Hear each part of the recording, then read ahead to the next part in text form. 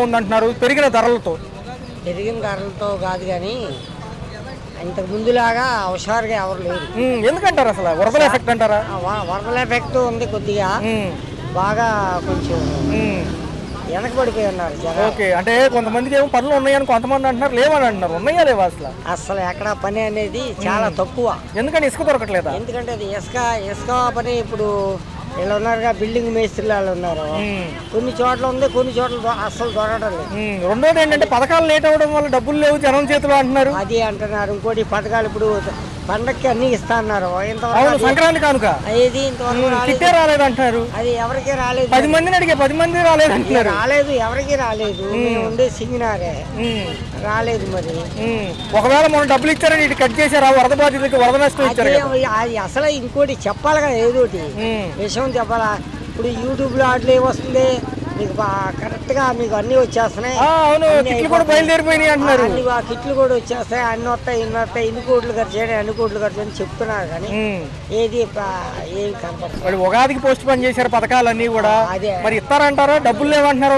కష్టం తెలియదండి, ఇచ్చేదాకా ఇచ్చారు అనుకోవాలంటే ఇప్పుడున్న పరిస్థితులు బట్టి. మరి రేపు ఫిబ్రవరి నుంచి జగన్ గారు పాదయాత్ర అంట, మళ్ళీ ప్రజల్లోకి వస్తానంటున్నాడు ఆయన. మనం చెప్పలేమండి.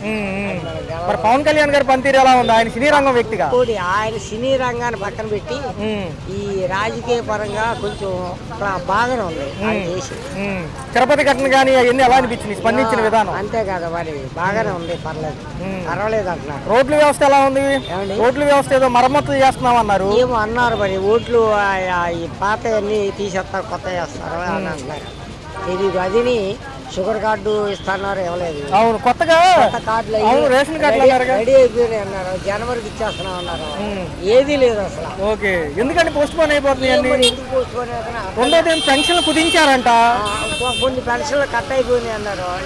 చెప్తున్నా సార్, నాకు 71 వచ్చింది. జగన్ గారి హయాంలో ఎన్నిసార్లు తిరిగినా నాకే అంతలేదు. దానికి అది లేదు ఇది లేదు అని తిప్పించారు కదా, నా పెన్షన్ రాలా. 4000 పెన్షన్ నాకు రాలా. మరి ఏంటి, సంక్రాంతి సీజన్ కూడా అయిపోవచ్చింది.